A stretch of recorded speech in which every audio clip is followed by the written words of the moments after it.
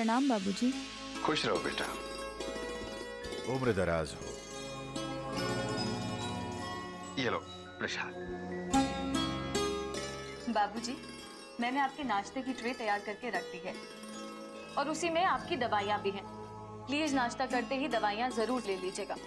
कल की तरह भूल मत जाइएगा। हाँ बाबा नहीं भूलूंगा। अब तुम बेफिक्र हो जाओ। जी बाबूजी, अपना ध्यान रखिएगा।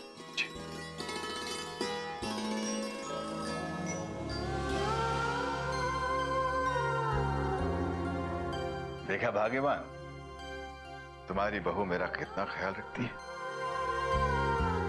काश तुम भी हमारे साथ होती। तुम तो वहां स्वर्ग में जाकर बैठ गई, पर मेरे लिए मेरे बेटे बहू ने यहीं पर स्वर्ग बना दिया।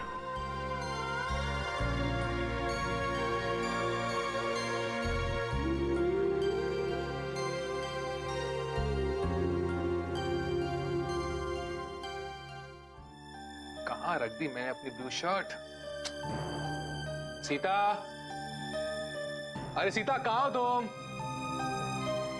अरे मुझे मेरी ब्लू शर्ट नहीं मिल रही है, एक बार आके देखो ना प्लीज।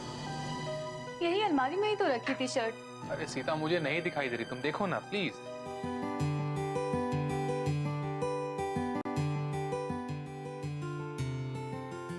ये क्या है? कम वक्त मुझे नहीं दिखाई दी। मैं भी ना, एक सेकेंड।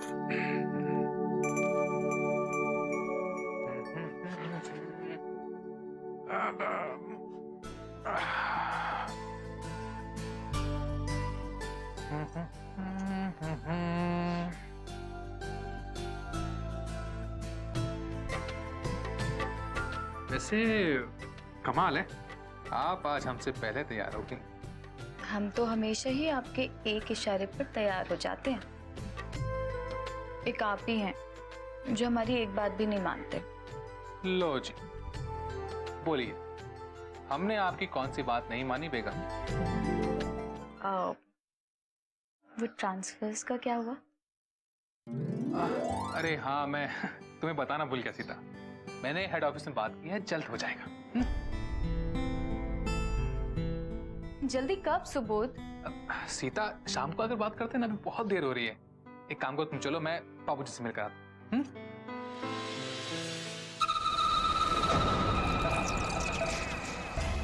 मैं भी देखती हूँ आप कब तक यहाँ रहते हो। आपका ट्रांसफर तो मैं करवा कर ही रहूंगी सुबोध।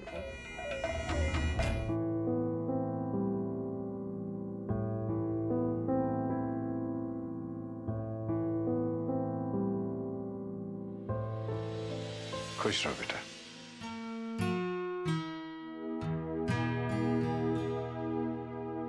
बाबूजी हम लोग ऑफिस जा रहे हैं, आप मुखर्जी अंकल के पोते के बर्थडे में चले जाना।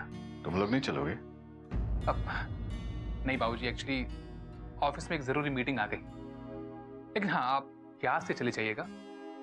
मुखर्जी अंकल जब भी मिलते हैं आपको याद करते हैं। ठीक है बेटा, मैं चला जाऊंगा।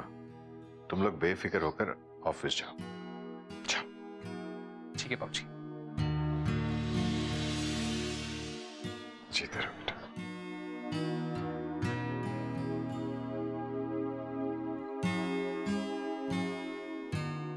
आओ आओ, तशरीफ रखो।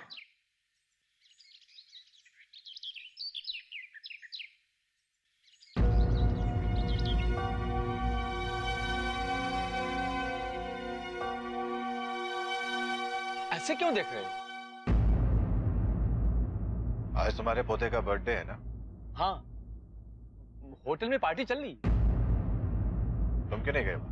वो मैं जाने वाला था, पर घर पे कौन रहे? एक आदमी चाहिए ना यहाँ पता बताने के लिए।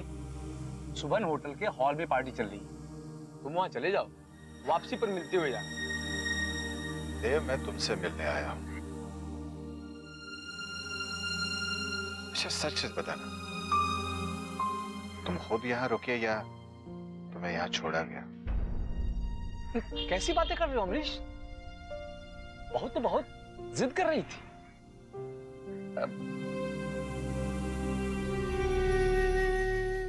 मैं ही नहीं गया।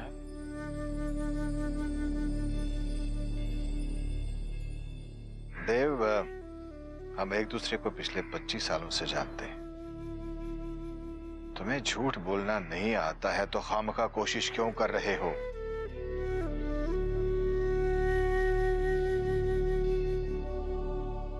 खैर, मैं चलता हूं। मेरी तरफ से ये तोहफा अपने पोते को दे देना।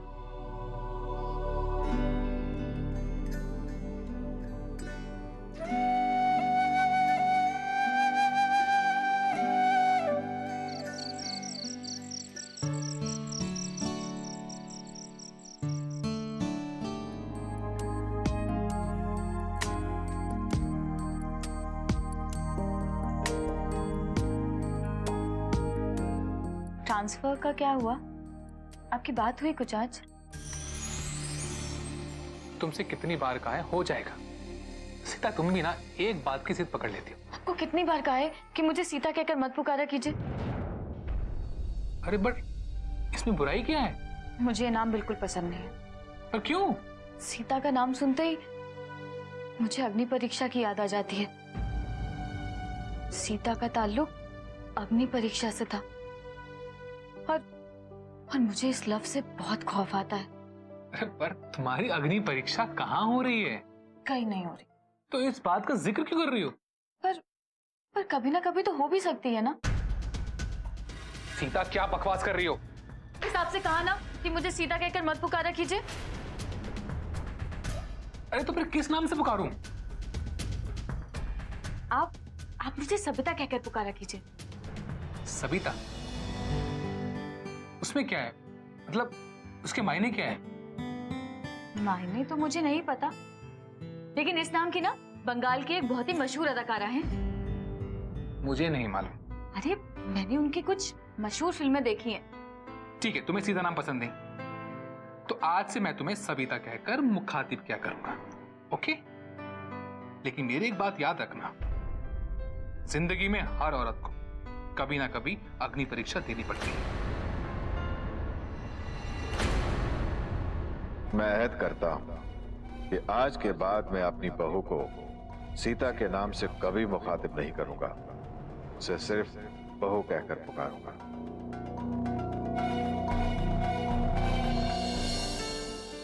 और सबिता जी, 9 बज चुके हैं और मेरे पेट में चूहे दौड़ रहे हैं। अगर खाना मिल जाए तो अच्छा होगा। हाँ, लेकिन पहले बाबूजी को तो खाना दे दें। अरे हाँ, जाओ। मैं आ रही हूं।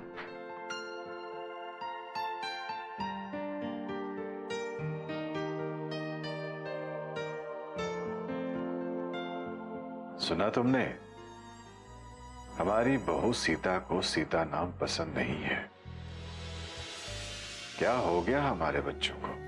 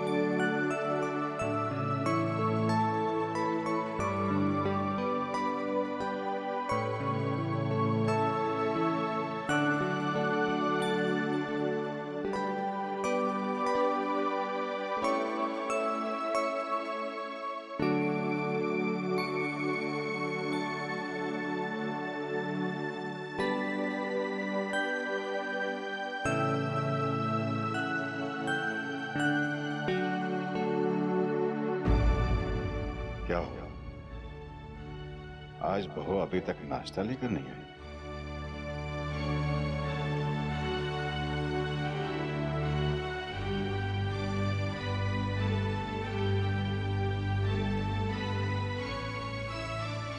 दुनिया बहुत आगे बढ़ गई है सुबोध। जिंदगी के तकाजे बहुत तेजी से बदल रहे हैं। रिश्तों की वैल्यूज बदल रही हैं और अब तुम्हें भी अपने आप को बदलने की जरूरत है। अरे तुम्हारे वालिद और तुम्हारे बीच 50 साल से ज्यादा का फासला है। उनके पाँव छूना, सिर झुकाकर बात करना, ये सब एहसास कमतरी की पहचान है। तुम कमजोर नहीं हो और तुम खुद मुख्तार हो। प्लीज सुबोध, बाबूजी की उंगली पकड़कर चलना छोड़ दो।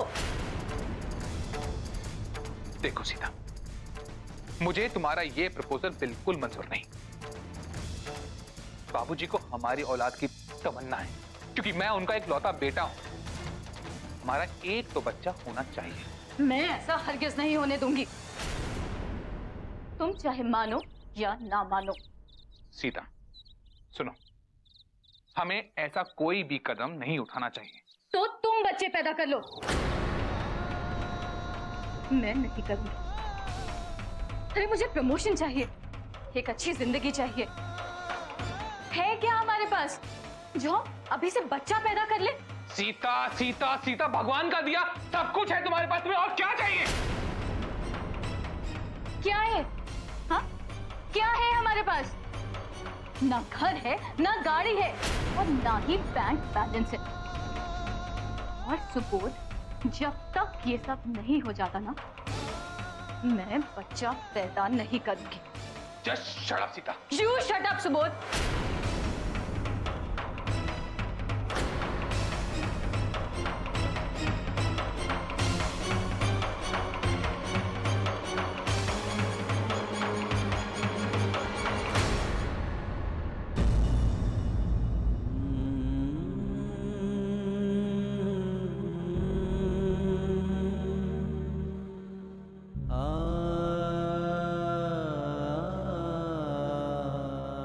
अच्छा हुआ जो ये देखने से पहले ही तुम भगवान को प्यारी हो गई।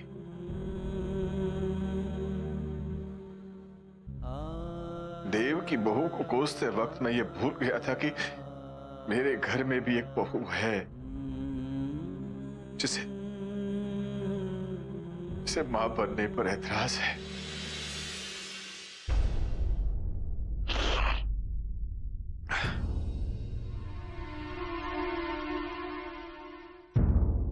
बाबूजी, हमें बैंक के काम से बाहर जाना है। जल्दी चले। हाँ बाबूजी, चलते हैं।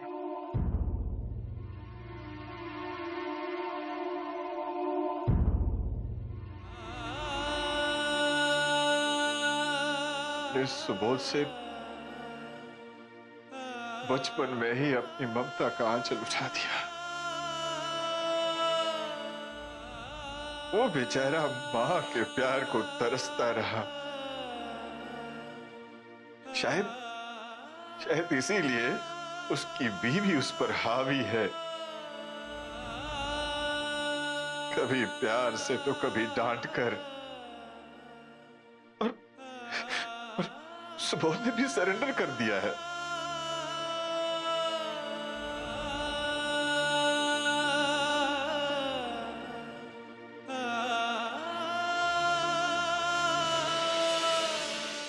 खुशनसीब हो अमरीश कि भगवान ने तुम्हें सीता जैसी बहू और सुबोध जैसा बेटा दिया है।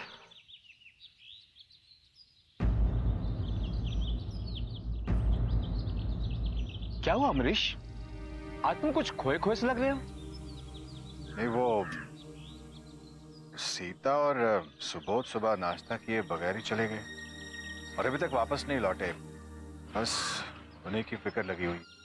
मैंने तुम्हारे जैसा आदमी अपनी जिंदगी में नहीं देखा जिसने अपनी औलाद के लिए अपनी जिंदगी वक्फ कर दी। भाभी के इंतकाल के समय सुबोध की उम्र 5 साल की थी ना? हाँ 5 साल की तो थी। भाभी के गुजरने के बाद तुमने दूसरी शादी नहीं की। शायद ये गलती थी मेरी। क्या मतलब? देव, बाप के लाख चाहने पर भी इंसान औलाद को मां की तरह तरबियत नहीं दे सकता है। खैर तुम बताओ, तुम्हारे क्या हाल है? बस कुछ नहीं यार, ओल्ड एज होम की तलाश चल रही है। अगर तुम्हारी नजर में हो तो बताना। ऐसा क्या हुआ जो तुमने घर छोड़ने का फैसला कर लिया है? घर छोड़ने का नहीं, गुलामी छोड़ने का अहद कर लिया। तुम्हारे बेटे और बहू को तुम्हारा इरादा पता है ना? मुझे इस बात का इल्म नहीं, पर इतना मालूम है कि अगर मैंने घर नहीं छोड़ा तो बहू बेटे कहीं और शिफ्ट हो जाएंगे। अरे देव, सब ठीक हो जाएगा, भगवान पे भरोसा रखो। भगवान के भरोसे तो था, पर अब बर्दाश्त नहीं होता है। वैसा नहीं करते, चलो चलो, सब ठीक हो जाएगा सब। सुबोध, अब कोई और घर किराए पे ले लो। मैं अब इस खंडहर में और नहीं रह सकती। सीता, ये हमारा पुश्तैनी घर है जिसे तुम खंडहर कह रही हो। मैं यहां पैदा हुआ और यहां परवान चढ़ा हूं। अरे इसीलिए तो तुम्हारे दिमाग पर भी काई जम चुकी है। तुम्हें कोई चीज साफ साफ नजर ही नहीं आती। प्लीज समझने की कोशिश करो। अरे ये घर अब बोसीदा हो चुका है। देखो कमरों में सीलन आ रही है, दीवारों का प्लास्टर उखड़ रहा है और ये देख, किवाड़ों को दीमक चाट रही है। सुबोध, इस घर में हमेशा एक अजीब किस्म की बदबू भरी रहती है। सीता, बस करो। अगर बाबूजी ने सुना तो गजब हो जाएगा। अरे काश बाबूजी कुछ सुन सकते हो सुबोध। उन्होंने तो अपने आंखों पर पट्टी बांध रखी है और कानों में रुई डाल रखी है। सुबोध, ना ही तो उन्हें कुछ दिखाई देता है और ना ही कुछ सुनाई देता है। सीता, सीता, सीता, मैं ये मकान नहीं बदल सकता। जब तक हम लोग इस शहर में हैं, हमें इसी घर में रहना होगा।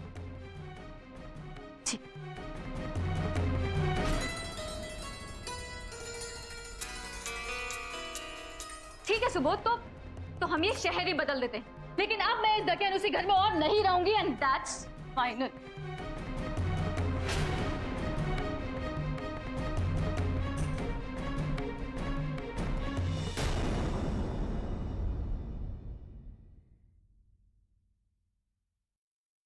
बाबूजी, ये क्या है बेटा? बाबूजी, ये मेरे और सीता के ट्रांसफर ऑर्डर हैं। ट्रांसफर? हम दोनों का ट्रांसफर चंडीगढ़ हो गया है।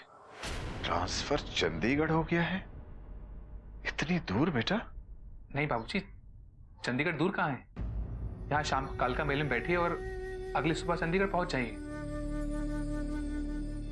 पर बेटा, ये ट्रांसफर किसी नजदीक जगह पर नहीं हो सकता क्या? नहीं बाबूजी, अब ऑर्डर नहीं रुक सकते। एक हफ्ते में हमें चंडीगढ़ में ज्वाइन करना है।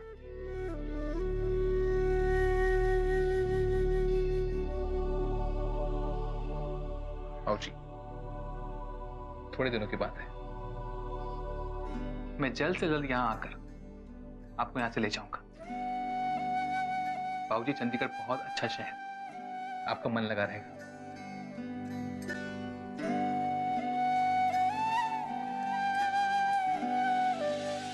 बाबूजी, हम आपका पूरा इंतजाम करके जाएंगे। हमारी गैर हाजिरी में आपको कोई भी तकलीफ ना होगी।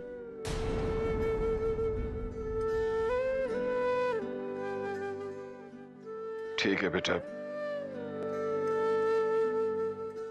वैसे तो हमारी बेशतर जिंदगी ऐसे ही गुजरी है। तुम लोग जैसा करना चाहते हो वैसा करो, मेरी फिक्र मत करो। जाओ।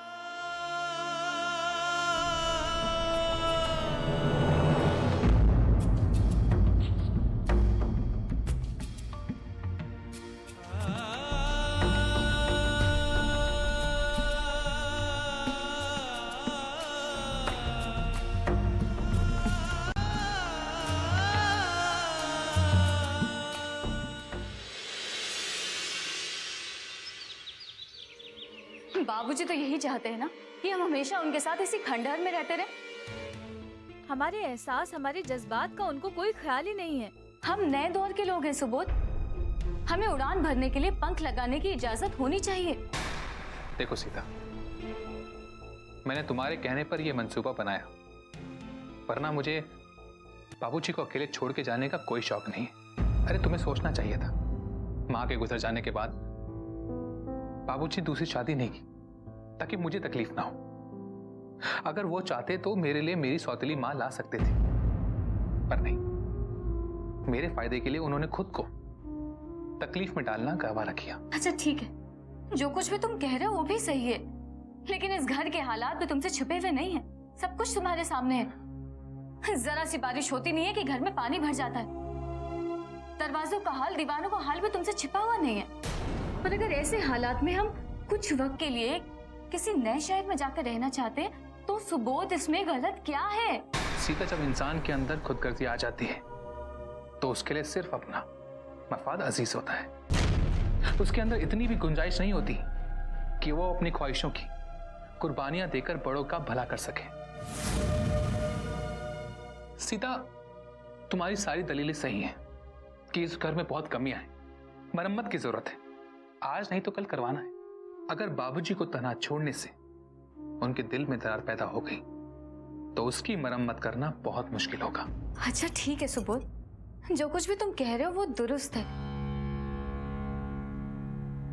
लेकिन सुबोध अब जब हमने चंडीगढ़ जाने का फैसला कर ही लिया है, ट्रांसफर के ऑर्डर्स आ गए, सारी तैयारियां हो चुकी हैं, तो अब मुलतवी करना तो मुश्किल होगा ना।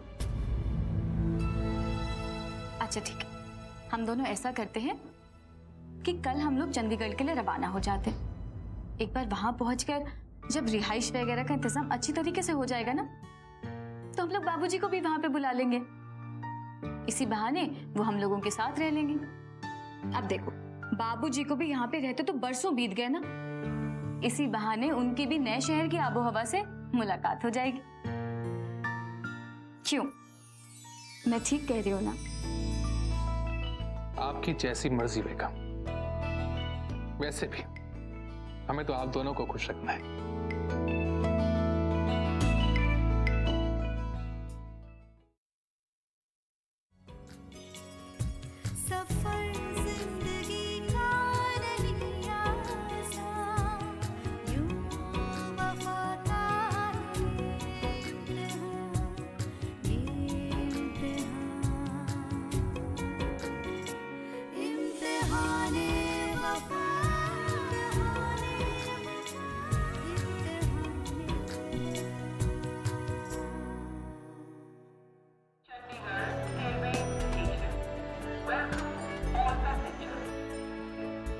चलो, वो कलकत्ता के खंडहर से तो छुटकारा मिला सुबोध।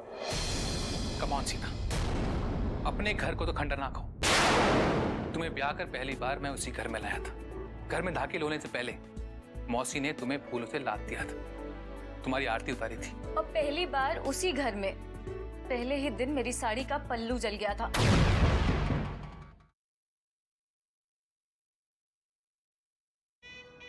हनीमून के लिए कहाँ जाना है? कहाँ जाना है मैडम? कहाँ? शादी के पहले आता है सीजन शादी.com का, आज ही डाउनलोड कीजिए। अरे भाई देखते रहिए गुफ्तगू सिर्फ और सिर्फ डीडी उर्दू पर। टाइमिंग बता दूं आपको भाई, शनिवार यानी शनिश्चर को शाम 8:30 बजे और नेक्स्ट डे सुबह मतलब संडे 12:30 बजे। देखते रहिए, मजा आएगा।